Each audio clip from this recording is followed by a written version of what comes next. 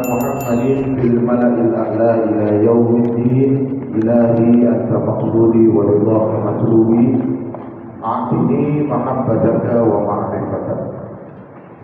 قال الله تعالى في كتابه الكريم وهو أصدق القائلين: أعوذ بالله من الشيطان الرجيم ادخلوا في السلم كافة ولا تتبعوا خطوات الشيطان إنه لكم عدو مبين. صدق الله العظيم.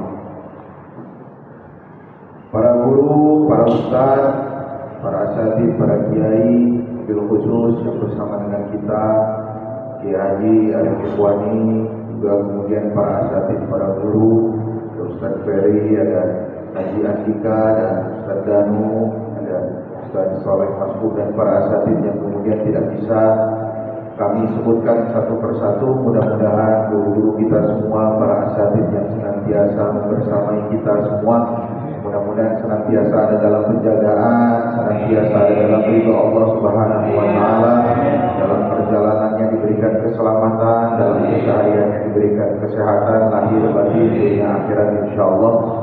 Juga pengurus DKM Masjid Jami Asyura, juga para ikhwan akhwat yang malam hari ini kita sama-sama sedang belajar khidmat kepada guru mulia kita Syekhuna wa Mursyiduna Syekh Ahmad Shahibul Wafatajul Arifin. Mudah-mudahan dengan hadirnya kita di sini pada malam hari ini, kelak pada yaumil akhir kita akan bersama-sama dengan guru kita diakui sebagai muridnya, kita bersama-sama menghadap Allah Subhanahu wa Ta'ala dalam keadaan qalbun salim, nafsul mutmainnah, jiwa yang bersih di hadapan Allah Subhanahu wa Ta'ala. Para ibu, para bapak, karena setelah ini juga ada talqin zikir ya, jadi mungkin saya tidak terlalu lama. Sedikit saja saya ingin membahas dari sebuah ayat yang tadi saya bacakan, yaitu adalah di mana Allah Subhanahu wa Ta'ala memerintahkan kita untuk kemudian kita berislam secara sempurna. Ya, perintahnya udkhulu fis-silmi kafah. Perintah Allah Subhanahu wa Ta'ala untuk kemudian kita berislam secara utuh, secara sempurna. Tidak bisa kemudian ketika kita berislam maunya milih-milih. Misalnya, saya mau syahadatnya aja, tapi nggak mau sholat, nggak bisa. Atau nggak apa-apa deh, saya sholat, tapi saya nggak mau ngaji, nggak bisa. Karena memang konsekuensinya Islam itu sudah turun satu paket, maka kemudian bagi siapapun yang kemudian dia berislam, artinya ia harus mengambil paketnya secara utuh, karena Islam tidak dijual terpisah. Seperti iklan mainannya sama baterainya biasanya dijual terpisah. Islam juga, Islam yang kemudian ada unsur apanya? Pertama, iman. Yang kedua ada unsur Islam. Yang ketiga ihsan. Maka kemudian tiga hal ini harus diambil sepaket. Tidak bisa kemudian saya yang penting imannya aja dulu deh. Karena kata Allah kan orang yang kemudian ada iman di dalam hatinya, walau dzarratin, walau kemudian dia sebesar biji sawi, dakhalal jannah, maka dia pasti masuk surga. Apa-apa deh, saya ngambil imannya aja, tapi saya nggak ngerti cara sholat, saya nggak ngerti cara wudu, saya nggak ngerti kemudian zakat itu apa, puasa itu apa. Atau kemudian saya yang penting ibadahnya aja deh, tapi nggak beriman sama Allah, nggak bisa juga. Karena kalau Bapak Ibu lihat di dalam ayat-ayat Al-Quran, ketika Allah Subhanahu wa Ta'ala memulai ayat yang isinya perintah ibadah, pasti didahului dengan ya ayyuhalladzina amanu. Pasti didahului dengan kalimat sapaan kepada orang-orang yang beriman. Contohnya apa? Yang paling sering kan? Ayat puasa misalnya, ya ayyuhalladzina amanu kutiba alaikumusiyam, atau perintah zikir ya ayyuhalladzina amanu dzkurullaha dzikran katsira. Diawali dengan kata sapaan kepada orang yang beriman, baru kemudian ibadah, perintah ibadah. Maka artinya dua hal ini tidak bisa terpisahkan. Antara kemudian orang yang beriman, ketika dia tidak beribadah maka kemudian imannya menjadi sia-sia. Ketika seseorang yang beribadah tapi tidak beriman, maka ibadahnya juga jadi sia-sia. Karena buktinya di dalam hadis-hadis Nabi, semua yang akan dihitung pertama kali itu adalah amal, terutama sholat. Ya, awwalu ma yuhasabu indallahi ta'ala as-shalah. Pertama kali yang akan dihisab di sisi Allah Subhanahu wa taala adalah sholat. Tapi sholat tidak akan kemudian ada artinya ketika seseorang kemudian tidak mendasari sholatnya itu dengan keimanan kepada Allah. Nah, yang satu yang sering kelupaan. Kenapa sering kelupaan? Karena sejatinya ihsan itu melekat baik kepada orang yang beriman maupun yang kemudian dia beribadah. Maka ihsannya itu seharusnya sudah otomatis melekat. Kalau kemudian seseorang itu dalam keimanannya, dalam keislamannya, dalam dia berakidah, dalam dia beribadah kepada Allah itu benar, maka kemudian sebenarnya ihsannya otomatis melekat. Kenapa? Karena ibadah sendiri tujuannya sudah jelas. Contoh misalnya, ketika datang perintah sholat, maka kemudian disampaikan inna sholata tanha anil fahsya wal munkar. Kenapa orang sholat disebut kemudian sholatnya bisa mencegah dari perbuatan keji dan munkar? Coba pertanyaannya. Karena orang yang sholatnya benar, pasti hatinya merasa diawasi oleh Allah Subhanahu wa ta'ala. Ihsan bukan? Ihsan. Coba, kenapa kemudian orang puasa ganjarannya takwa? Ayo.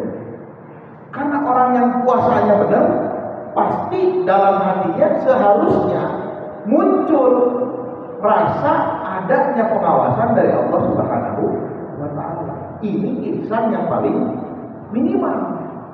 Ketika kemudian kita melakukan apapun, ketika kita melakukan ibadah apapun, maka yang paling minimal adalah bagaimana kita menghadirkan rasa di dalam hati kita, di dalam diri kita, bahwa Allah Subhanahu wa ta'ala itu mengetahui apa yang kita lakukan. Ya mohon maaf kalau kemudian yang tidak hadir misalnya tadi rasa bahwa diawasi Allah. Ketika bulan puasa anteng aja misalnya buka puasa siang-siang, nanti sampai rumah ditanya, "Bang, masih puasa?" Puasa tadi daripada Allah. Iya, yang di rumah nggak tahu, anaknya nggak tahu, istrinya nggak tahu, tapi Allah tahu. Nah, itu terjadi karena tidak hadir. Nah, ini ihsan yang paling bawah. Maka kemudian kan dari definisi ihsannya anta budallah ka'annaka tara fa in lam takun tara fa innahu yara.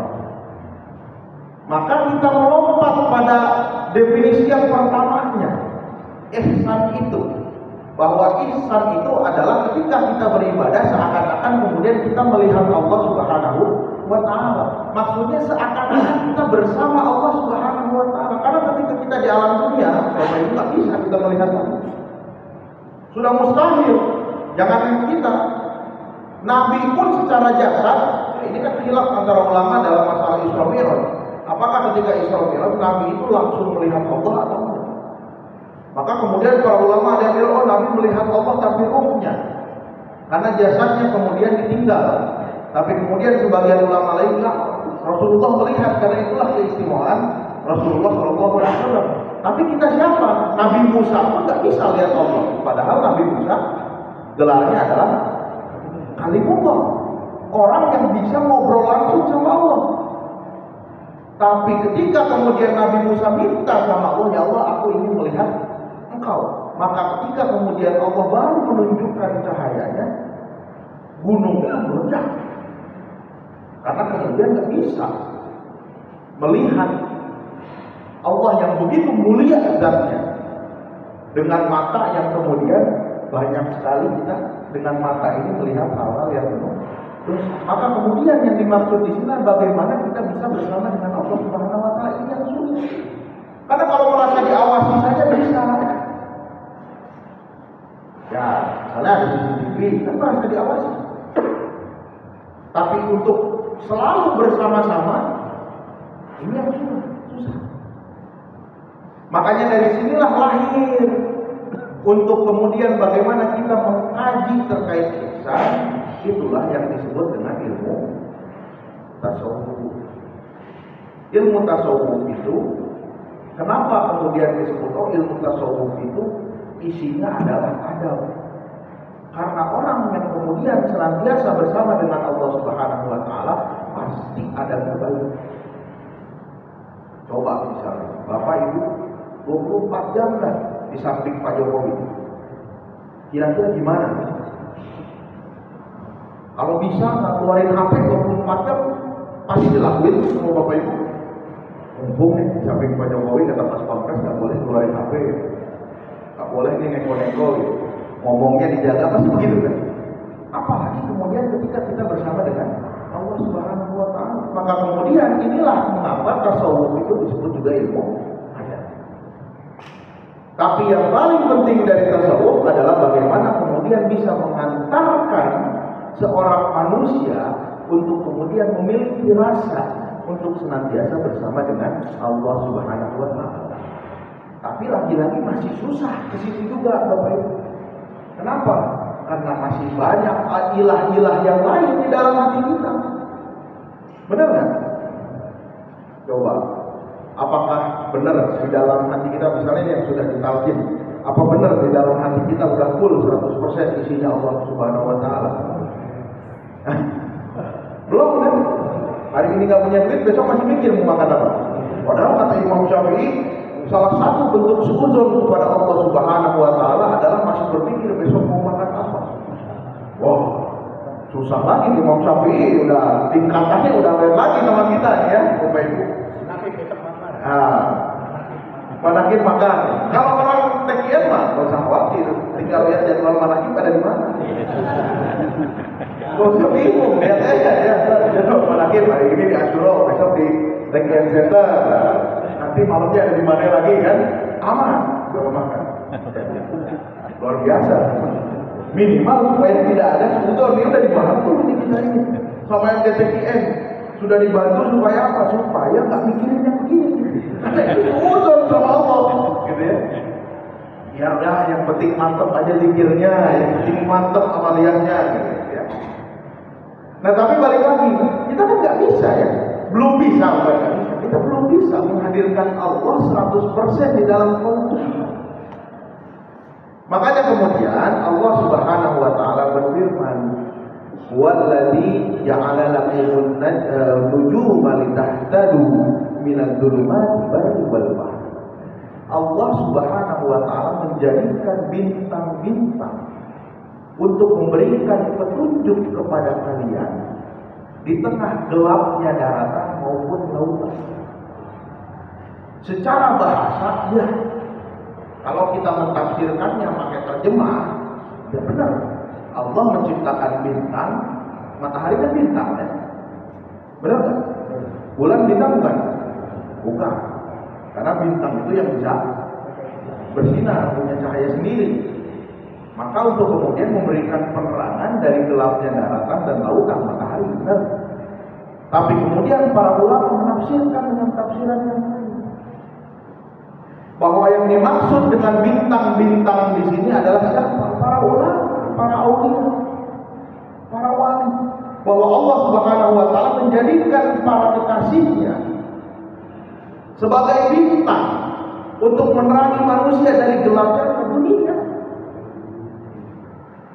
Dan Allah tidak sembarangan, Allah memilih orang-orang tertentu untuk menjadi kekasihnya. Sekarang ya mohon maaf, kalau modelan-modelan kayak saya yang cuma jago ngomong ini banyak Bapak Ibu. Ya, Dan ini memang sudah diprediksi oleh Rasulullah bahwa akan datang suatu zaman, ya, yang mana kemudian kasirul khutbah, banyak orang-orang yang bisa khutbah, tapi wal ulama qalil, tapi ulamanya sedikit. Ulama itu siapa? Kriterianya ulama, kalau di dalam Al-Quran itu cuma satu. Apa kriterianya? Innama yakhsyallaha min ibadihi ulama. Orang-orang yang punya rasa takut pada Allah Subhanahu wa taala, inilah yang disebut ulama. Artinya memang langka, Bapak Ibu. Ini orang-orang terpilih. Orang-orang terpilih, kalau ulama saja sudah langka, apalagi kemudian para wali, para aulia. Kalau ulama kita masih bisa lihat, Bapak Ibu, ilmunya masih kelihatan. Ya minimal dia membedah kitab fikihnya kuat lah. Kalau membedah fikih seminggu nggak tidur, insya Allah masih kuat gitu. Masih bisa dilihat kalau ulama. Kalau wali, sementara kemudian disebutkan la yu'raful wali illa wali, tidak, orang itu tidak bisa mengetahui wali, seseorang itu wali kecuali memang seseorang itu adalah seorang wali. Ya walaupun saya yakin Bapak Ibu sih sudah semua wali murid. Jadi ini suatu hal yang langka. Makanya kemudian memang inilah para bintang-bintang yang dihadirkan oleh Allah Subhanahu wa taala untuk memberikan petunjuk kepada kita.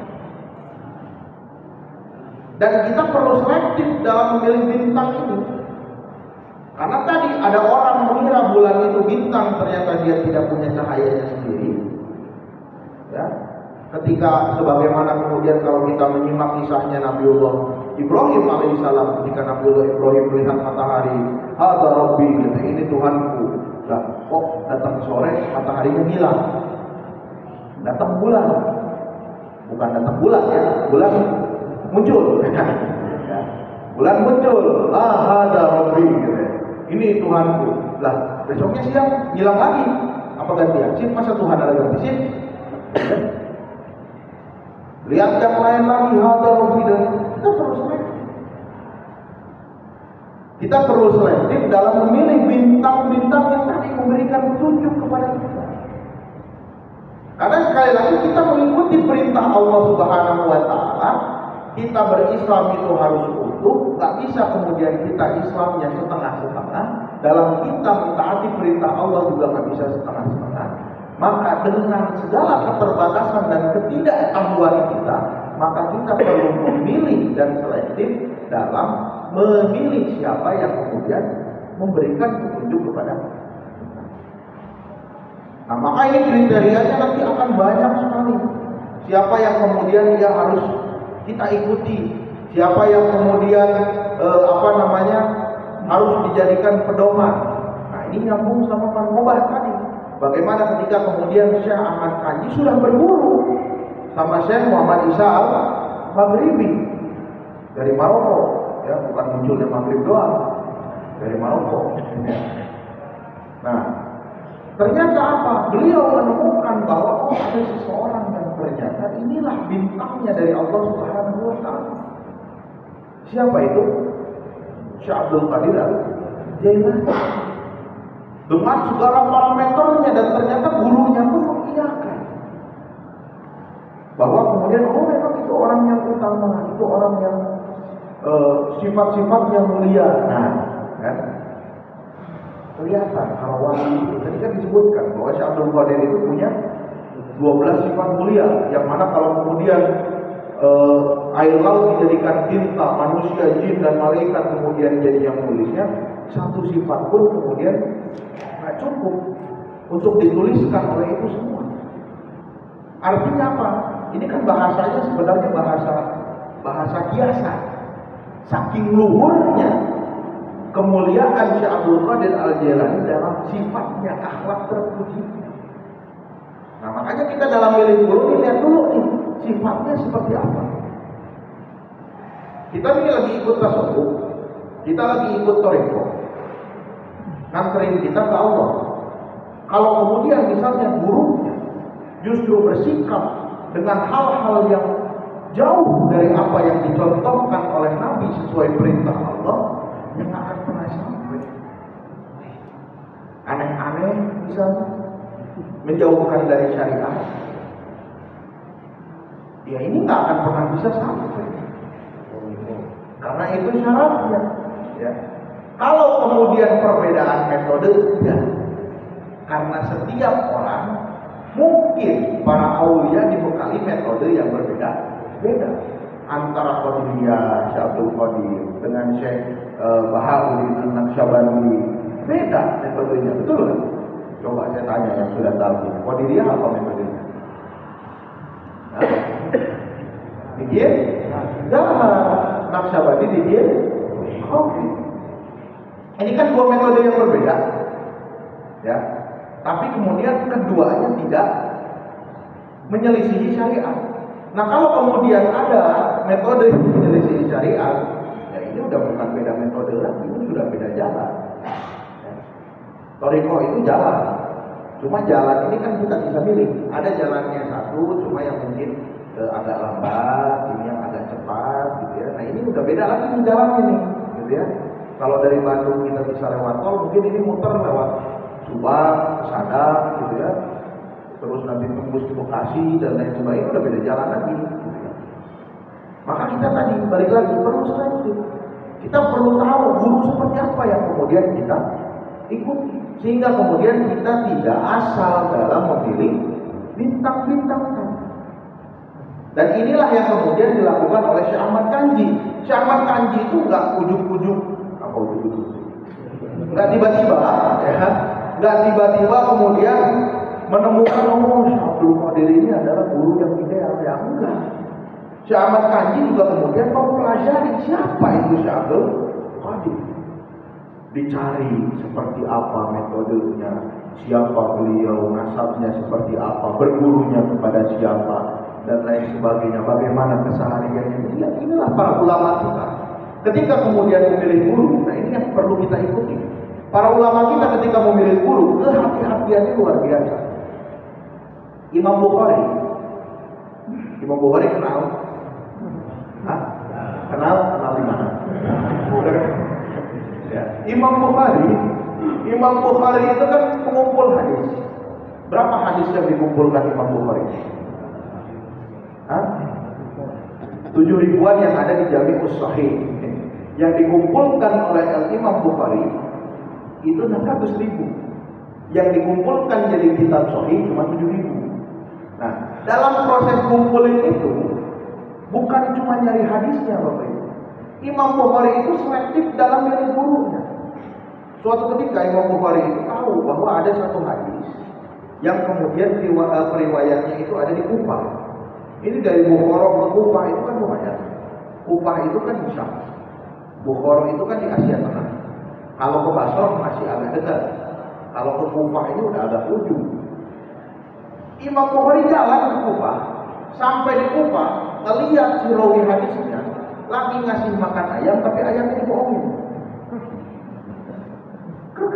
Tutup tangannya ditarik lagi, dia mau makan gitu ya. Itu Imam Bukhari langsung balik lagi, Bapak Ibu. Langsung balik lagi ke Samarkand, Bukhara. Kenapa? Loh, ini orang katanya rawi hadis, ayam aja dibohongin. Apalagi mungkin saya. Bisa jadi hadisnya nanti akan banyak tadlis. Tadlis itu jadi nyembunyiin. Misalnya saya meriwayatkan dari Ustaz Ferry dari Haji Andika. Haji Andika misalnya ngeriwayatin dari siapa gitu, nggak dikenal, diganti namanya tuh biar terkenal, atau dipotong misalnya langsung ke Abah misalnya gitu. Nah, itu kan padahal misalnya ada yang jauh gitu kelewatan gitu kan. Nah ini tadlis gitu ya, bagaimana kemudian menyembunyikan hadis. Nah, ini para ulama pun selektif gitu ya dalam memilih hadis, bukan hanya hadisnya tapi juga guru. Maka kita pun seperti ini yang kemudian perlu kita contoh. Jadi kita jangan cuma asal ikut nih Thariqah, oh ada taqiyan. Taqiyan ini kan, mohon maaf Bapak Ibu, bukan hanya Sudialaya. Ya. Karena kenapa? Karena muridnya Syekh Ahmad Khatib itu dua. Yang satu Syekh Tolha, yang satu Syekh Abdul Karim, gitu ya. Nanti ada orang ngaku-ngaku misalnya TKN. Nah ini kita perlu tahu nih, kemana, siapa mursyidnya, nyambung enggak, dan lain sebagainya. Mursyidnya seperti apa? Sehingga kita kemudian tidak terkena tipu daya ini nih. Tidak terkena tipu daya bahwa kemudian, oh misalnya ini, sama-sama TKN, sama-sama misalnya muaranya ke situ, ya. Misalnya. Ini makanya kemudian kita perlu mencari tahu. Walaupun kemudian kita sudah yakin, maka kita minimal pelajari. Kan fungsinya manaqib, Bapak Ibu, manaqib itu artinya kan riwayat. Ya, manaqib itu membahas terkait dengan kisah orang yang soleh. Tujuannya apa sih? Tujuannya untuk meneladani. Maka kemudian ya, sebagai seorang ikhwan jangan hanya mencukupkan dengan markobahnya Syekh Abdul Qadir, tapi kita juga harus tahu siapa guru kita. Sehingga kita memiliki keyakinan yang betul, oh beliaulah kemudian salah satu bintang yang diberikan oleh Allah Subhanahu wa taala pada zaman ini, dan salah satu yang merasakannya adalah kita.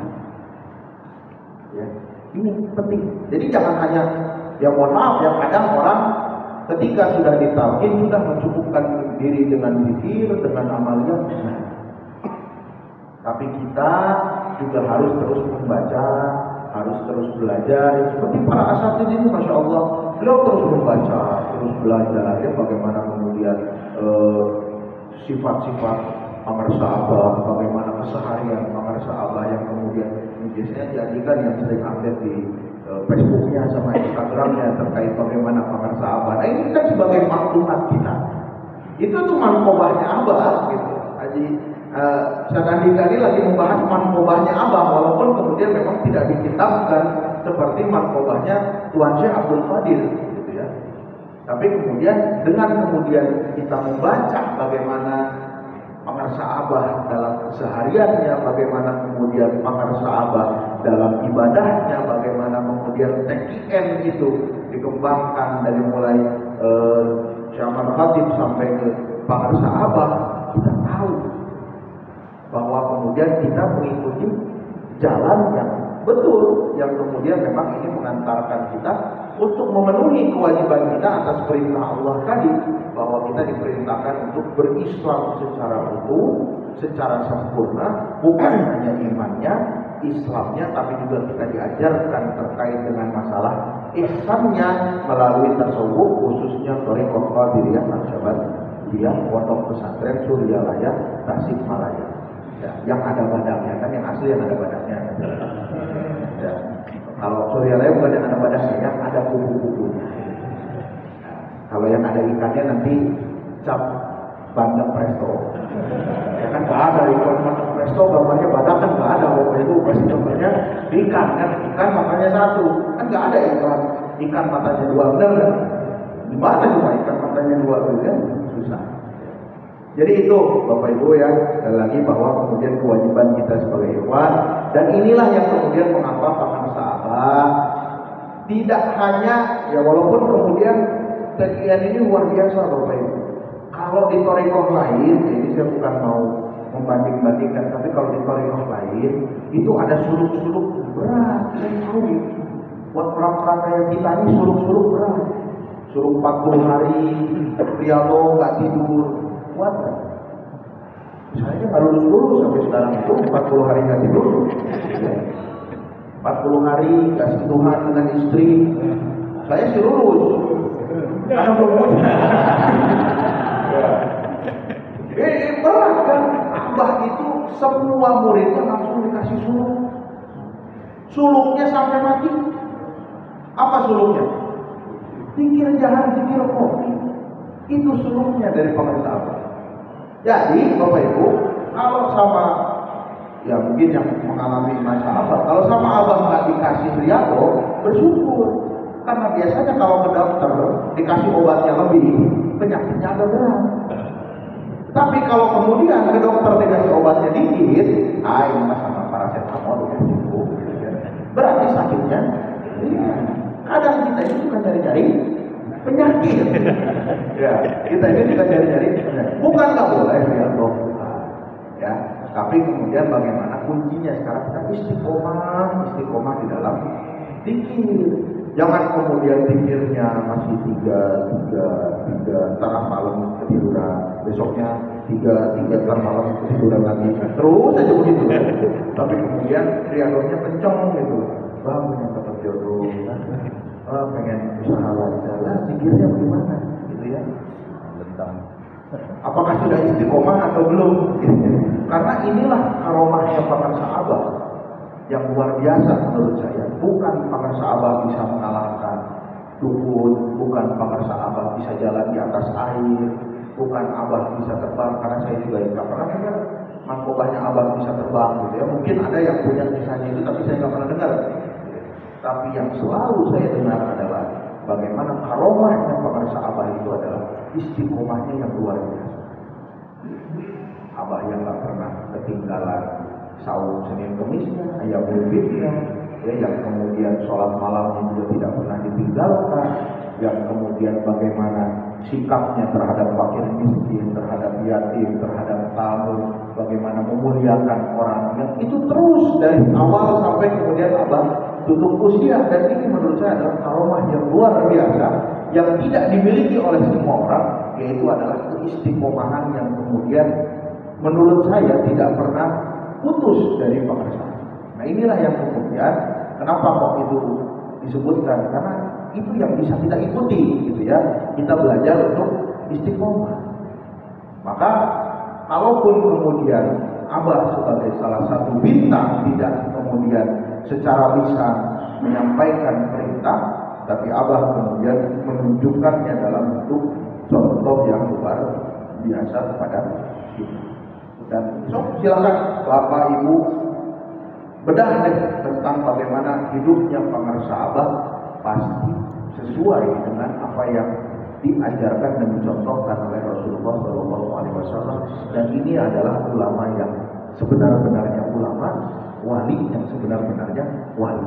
Hati-hati, sekarang sudah banyak orang, bukan banyak sih, ada satu orang yang kemudian, yang saya bilang satu juga itu, ya adalah kemudian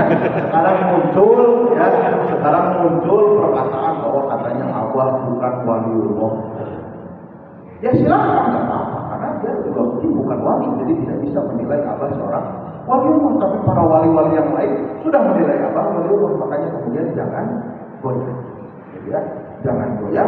Kita sudah diberikan ini, tetaplah istiqomah, kemudian kita bersama dengan apa yang diajarkan oleh para sahabat, supaya kita betul-betul bisa melaksanakan apa yang diperintahkan oleh Allah Subhanahu wa Ta'ala, ya, beriman dengan baik, berislam dengan baik, dan juga kemudian kita bisa memunculkan ihsan di dalam kehidupan kita sehari-hari. Itu saja mungkin yang bisa disampaikan pada malam hari ini. Mudah-mudahan ada manfaat dari